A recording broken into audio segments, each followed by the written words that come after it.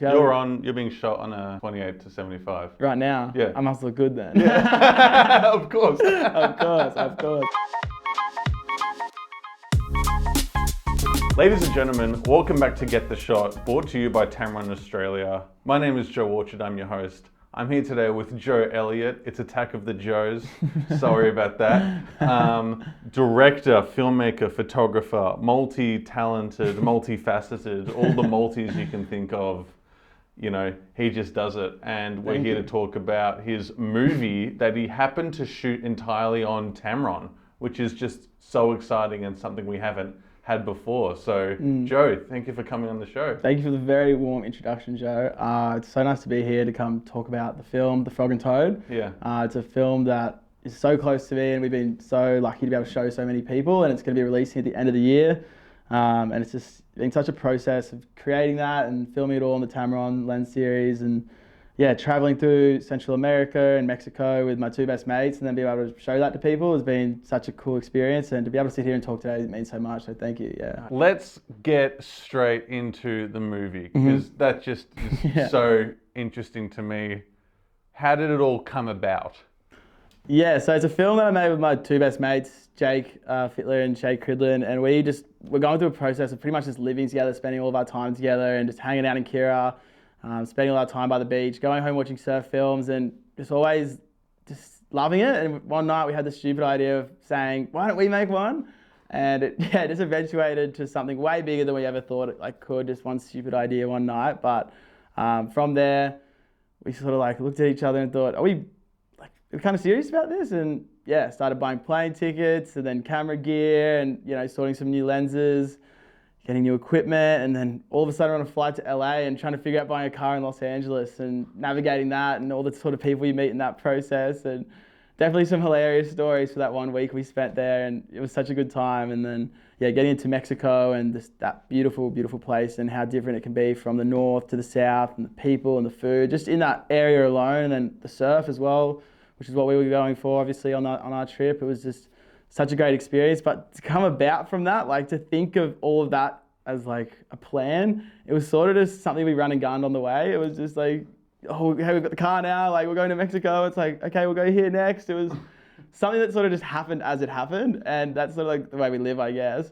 But yeah, it was just So just so I'm hearing this right, you planned to shoot a movie the whole time. You weren't just filming as you were going. It was a holiday and to shoot a documentary. Yeah. So we sort of spitballed the idea of doing it, and then I was well, I've always wanted to make a film. I think most people have played around with cameras for a long time.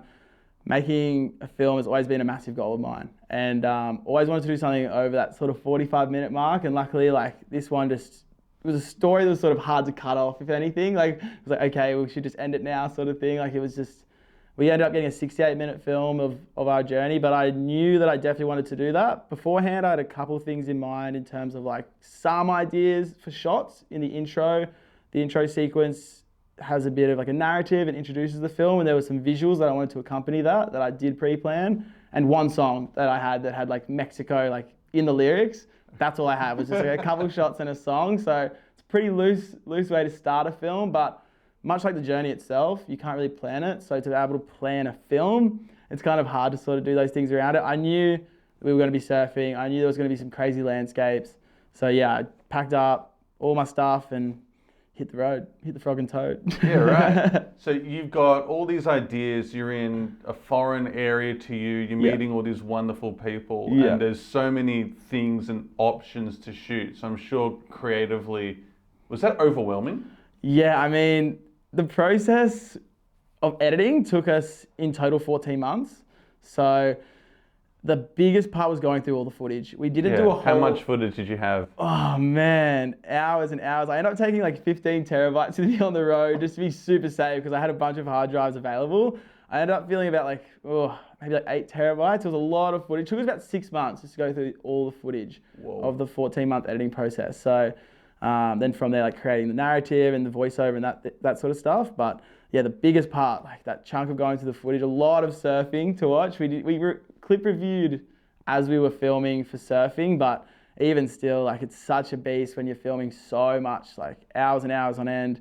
and then in between, so much B-roll. And there's, like you said, so much inspiration, so much cool stuff going on around. You just want to capture everything. You do end up doing that.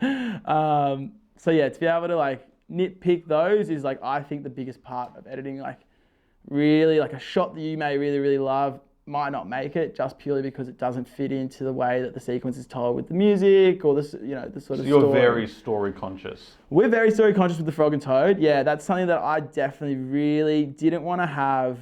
Like I knew I wanted it to be a road trip film and a surf film, but I never wanted it to feel like sort of 10 surfing edits back to back with different songs. I really wanted it to be a road trip film with surfing in it. So the centerpiece is telling our story of the road trip of me and my two best mates buying a car and driving it from LA down to Panama. Like that's the story. It's, you know, sort of how we can weave that in. And then obviously the amazing waves on the way was like something that we were going for, but I really wanted to tell our story. And a big part of that was something we can look back on too. It's a very personal film to us. It means so much to us. A lot of the music was stuff we would listen to or, you know, really connect with us in a certain way. And every time we watch it back, it's like, yeah, crazy experience. When you were on this road trip, you're a very positive, easygoing guy, and you keep things light from the sounds of things. Yeah. What was challenging about this trip? What was challenging about this trip? I mean, there was a lot of challenges.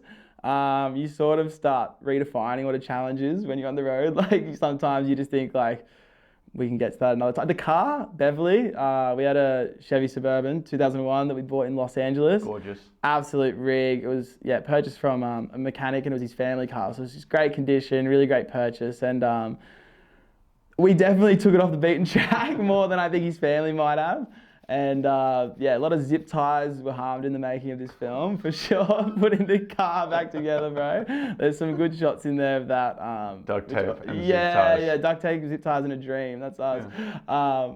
But no, like, definitely the car had its problems, but you just navigate that. Like, the dash just completely died, like, halfway through the trip, so we just never knew how much sort of petrol we had, or what speed we were doing sometimes. You just gauge it. But the car never actually ran out of petrol until my last day. So really? it was the funniest feeling. Like we're like, oh, okay. So, because I left just slightly before the boys went home, and we're driving out of Nicaragua and we're heading to the airport, and we're just thinking, man, I was thinking it's such a good trip. It's kind of flawless, no problems. And as I'm saying that, the car just kind of slows down to a halt, and we broke down in front of the local petrol shop. So yeah, like this one final problem, we were just like right there in front of this. Are you the luckiest man on earth? It feels like it. It feels like it, bro. Yeah, so there's a shot at the end of the film. It's one of my favorites of us filling up the car just like with the plastic bottles they sell sort of like, you know, at home and stuff. And yeah, it was just funny to break down in front of someone selling it. It was just so like encapsulated the whole vibe of the trip, you know, like things had its problems, but they always worked themselves out in some way or another, it felt like, So between you and your two other mates, it wasn't necessarily you've got director, producer, editor per se. You all sort of wore different hats as you would. In terms of the production of the film, I filmed, edited, did the graphics, anything that's like visually or anything that's made from the film, I produced. So Jake and Shay assisted me with the editing process. Shay was with me in the trenches for every single session of that. And he would really help me with like obviously the boys' wave selection of what they wanted in there, but the narrative, the sort of concept. Shay and Jake were super useful with like selecting the music too, which is like a massive compliment that we get about the film is the soundtrack, and we premiered it around a few different places. But yeah, they were helping with like the music and the sort of selection of the waves, but everything in terms of editing, filming, directing, all that sort of stuff. We all wrote the script together for the voiceover and narrated the film. We all have different narration sections.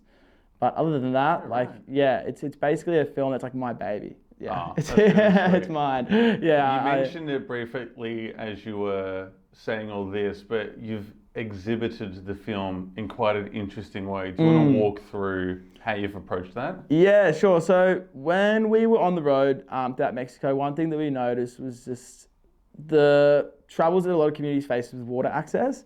And as we were making the film, we originally wanted to just release it online, and we didn't really think of like how much impact it could have to show it locally. And as we kept talking to all our friends about it, and their friends told friends, and I'm talking about it on Instagram and this sort of stuff, there was a bit of like hype built amongst our friend group, I guess, to sort of have a screening. And then there's three of us that are in the film, and we've all got family and they all want to come. So the numbers sort of got pretty big. So decided to show it at Coolangatta Hotel, which is a place that's super local and special to us. And we were so stoked to be able to show it there. And we were able to also get 300 people on the night, which was crazy. We estimated about 150 or so. So to get that many people up there was so special. And thanks to some amazing sponsors like Jimmy Surfboards, Rima Graphics, and a few other people, we were able to raffle off a bunch of items and raise $3,500 for Waves for Water, who provide clean water access to places like Mexico and Central America. So to be able to like take that film, show it locally and feel that energy and like hear people get so excited and clap and not just, drop it online or whatever. It was such a great energy in the room, and then to turn it into something positive and see them from a trip that we just did with our friends, to be able to go and, do something positive with it was really cool. And in our community, but also in the places that we went to with Waves for Water. And I just returned from some travels, so we showed it to about 60 people in Japan, at a friend's place in Miyako, and then in Sri Lanka at Sol and Surf to about 100 people. That was really special to be able to show that overseas. And then next up, I'm planning to head to Europe the next couple of weeks to show some more screenings in Portugal, Italy, and a few other places. So exciting to show it around, and it'll be releasing online at the end of the year.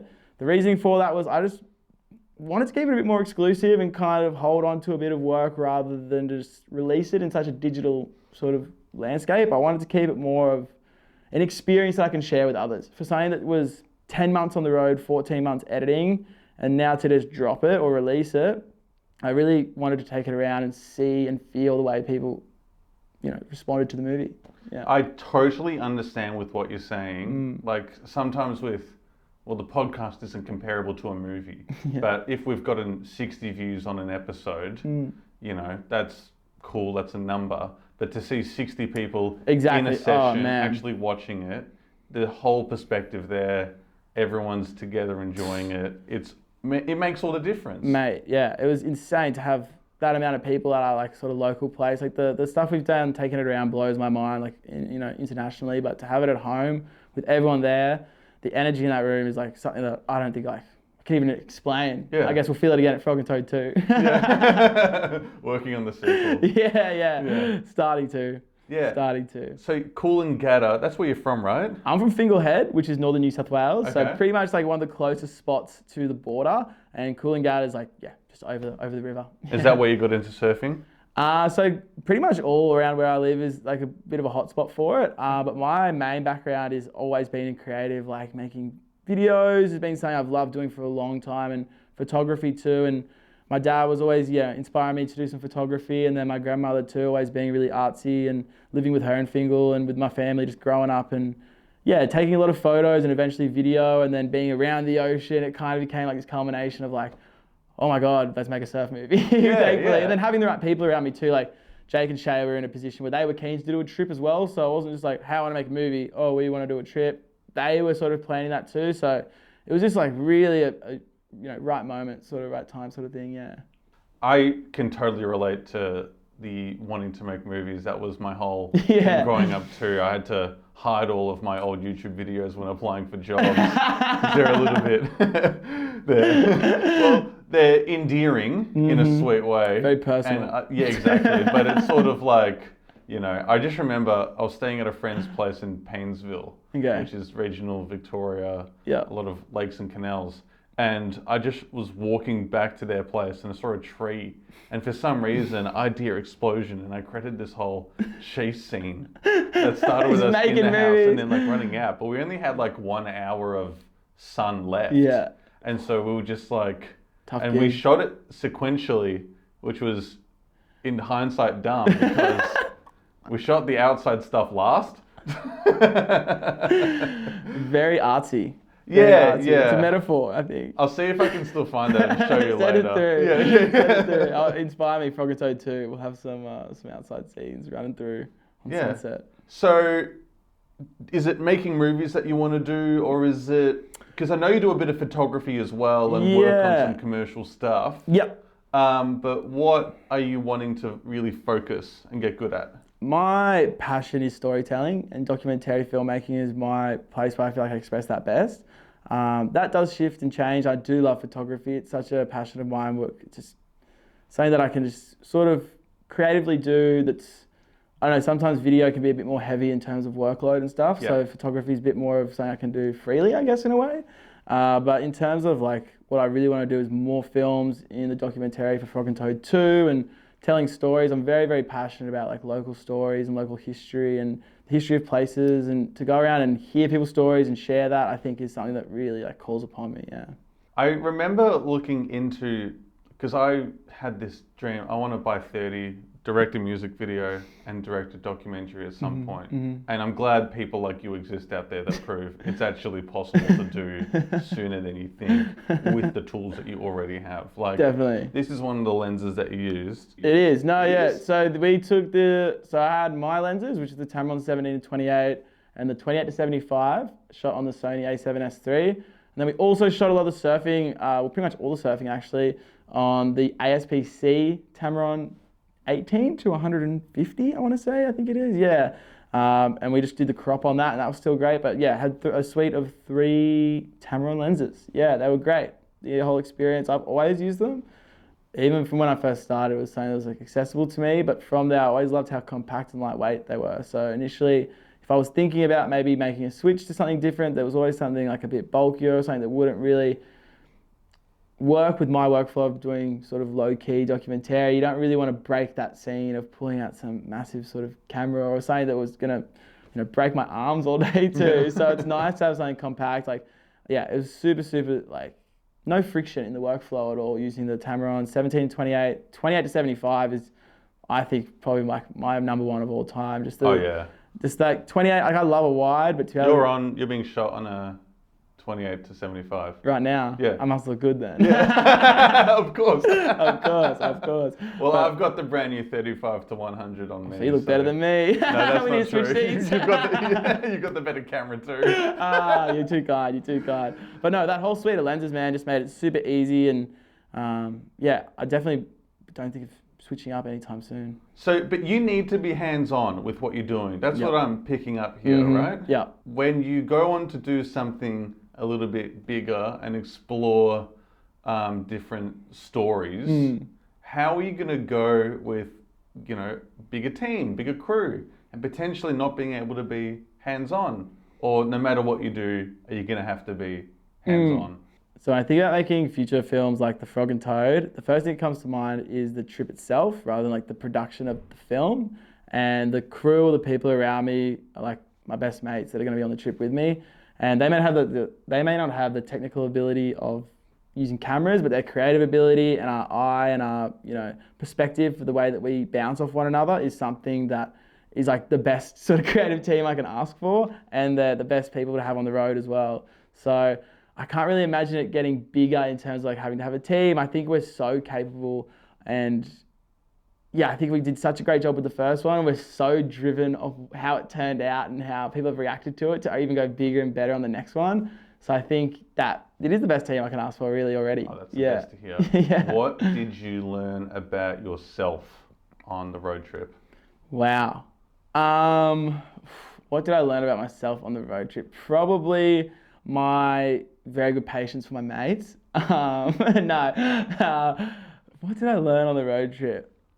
I think it's your creative ability. Like, I think you can really get locked in when you know projects of that size. Like, I've never, like my biggest or longest video to work on before that was maybe 10 minutes long. So then jump up to something that's 68 minutes and sort of know that you're going to tackle the beast and you know you're going to come out of it and do it. But to actually be in that process of filming so much every day for like 10 months of surfing and getting around and always sort of looking out for different frames. And while it's your passion, it does sort of take a toll and drain you obviously in that way too. But to understand your ability and being able to capture and move around different scenes, I don't know, it was surprising to see how to capture things and then tell that story in the edit. Like, there was so many things on the road where we just randomly sort of capturing them and floating around, hoping that, it might be a dot we can connect, and then to see that in the edit and the way that we told the story in the final cut, when you think of like the first draft and the second and then eventually the final, to see the like ability of how you can tell a story from different bits and pieces on the road was surprising to me. Yeah. It inspired me a lot. Yeah. Oh, that's good to hear. I'm finding, tell me if I'm picking up this wrong or whatever, but I'm finding that you have an idea for a narrative, and so you're going to shoot whatever you sort of going to shoot. And then you go to the edit, and then the narrative really comes together then. And therefore, you said out of 8 terabytes of footage that you had, there's a lot of stuff that's unfortunately cut. And I'm sure a lot of shots that you really like. So was it upsetting having to cut some of that stuff? I think at the time it is. I think when you're there, you're like especially because I'd edit with my mates too. So that was really great to have a collaborative process. Like typically editing can be very lonely. I don't usually like it. So it's like going to the cave, but to have your mates come over and have dinner and maybe have a couple of beers and do an edit was like a whole different vibe. It was such a good... drink and edit? That's crazy. It was just like hanging out and editing, much like we were on a road trip making a film. It was like, we're like hanging out and editing. It was kind of just like trying to keep it, I don't know, it was just always naturally like that, I guess. But at the time, it's definitely hard to cut some footage, especially when you really like the way it looks. But ultimately, you edit for 14 months. By the end of it, you're kind of like, thank God that's not there, honestly. Like you start to see it. You get married to an idea of how a visual can look. And then after enough times of doing a pass where it's not there, you kind of forget about it. So you don't hold that grudge for too long. The clip's gone, the clip's gone. And like, there's so many to pick from. There was so much vision and there was a lot to store. I mean, that comes with surfing too. Like some of the vision can be very, very long and like, a lot to go through. Were you ever sitting at the beach or at a pier or whatever, filming your mates surfing, being like, I wish that was me? Honestly, man, sometimes, definitely. And some people would say that to me, but I get just as excited like filming that and like having the boys come in and we're just freaking out and go and do the clip review at the end of the day. And just like, it's so exciting and I love capturing that and the bits in between that too. And then sort of, I get so excited about the creative process of making that edit as well that I just get so into it. And I think it's not like two isolated events. Like we're sort of all in that moment together in a way. Yeah. You've alluded to, you've said sequel and next one and stuff like that. And I know we don't want to I don't know what you've got planned, but it's sort of weird to give away stuff per se, but like, why is your mind on sequels so much? Why are you thinking about that? I'm joking. Honestly, over the last couple of weeks, it's been something that Jake and Shay and myself have been randomly sort of speaking about again. It's been a couple of months now. We premiered in December and we're coming into March now. So it's been a while. We've had a couple screenings overseas, but it's sort of starting to ease up. And we used to get together literally at least once a week and edit the film. And now we don't have that. It feels a bit naked to not. So we've got some stuff related to the first film that will also be coming out later on in the year in relation to its online release. But recently we've just been getting, this certain sort of creative buzz about making something new and it coming up in maybe like the next couple of years. So starting to obviously plan for that as well.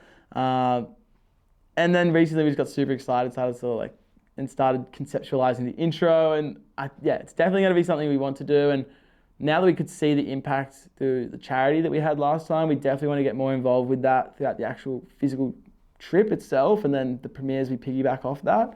I think it's so cool to go to these places and explore them and tell people stories, but then also be able to give back to those places as well. The way we like to wrap up the podcast is that we have a previous guest leave a question for you. Okay. And you don't really know who they are. Okay. So the question for you today is there a specific type of photography you have always wanted to try but have never had the opportunity to?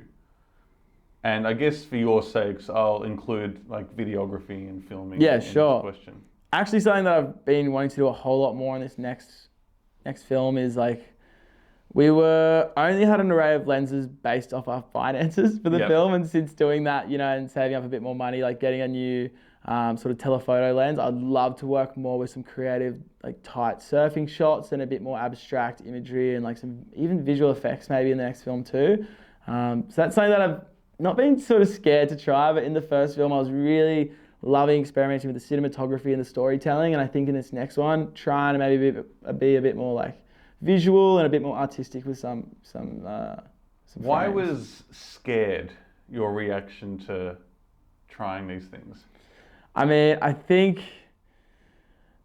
sometimes you capture, for example, visual effects, sometimes you put so much work into something and it just doesn't do the shot any service. You might have a beautiful shot and you end up just nuking it out with just some sort of crazy effect that doesn't really add to the story. So it wasn't something that was contextual and worked with what we were saying. So it just didn't happen. But I think in the next one we can experiment a little bit more, and I want to make the next one like even bigger and better and longer and crazier. So it'll be another road trip story somewhere. Definitely, yeah. We'll be going somewhere else. Fantastic. You don't think you're ever going to shoot some adapted screenplay about some founder who? Maybe. I mean, maybe. If it comes, it comes. We'll see what happens. But definitely on the road next. Hit the Frog and Toad. Yeah, again. That's right. Yeah. How does it feel? I'm continuing the podcast. Screw it. How does it feel doing commercial work amongst all of this effort that you're doing promoting and exhibiting your film? Because you're so excited about this film, as you should be, but you've got this other stuff going on, and that occupies bandwidth. So, fortunately, I'm at a stage at the moment where a lot of people that I'm working with, I've worked with for a while, and that professional friendship has become just a standard, like just everyday friendship. So it's just like working with my friends and bouncing off ideas, and it is something that creatively can be draining, but we also creatively inspire and bounce off each other so much that a lot of times the work, when you're doing it and you're sort of in the shot and getting it all done, it can be a bit draining. But when you get and see the results and see how stoked they are, and it's just it's I don't know, it lifts me more than it does sort of like drain me. Yeah, that's Thankfully at the moment I can say that. It might change. No, that's good. Well, Joe, it's been fantastic having you on the Thank podcast, you, and we've spoken on the phone before, and your energy is wonderful. Thank you, bro. I think you're up to something really, really cool, and appreciate that. I cannot wait to see the film. I've seen the trailer and some screenshots. Yep. I'm sure the audience has seen some screenshots as we've been talking about it here, but it's super cool to see how people are using Tamron lenses as well in different ways. Yeah. So I major props to you for doing so. Yeah, man. I mean, I've definitely taken them to the end of the road and taken them down to crazy places and beaten it up and dropped them, and they're still with me. They're still kicking around. No, thank you so much for having me, man. It's been a pleasure to sit down and be able to speak about the film. It means so much to me to share with you and to everyone. So, Frog and Toad, December 13, online. Fantastic. Cheers, bro. All right. If you want to find out what Joe asked next week's guest, tune in next week to find out. But take care, everyone. See you next week.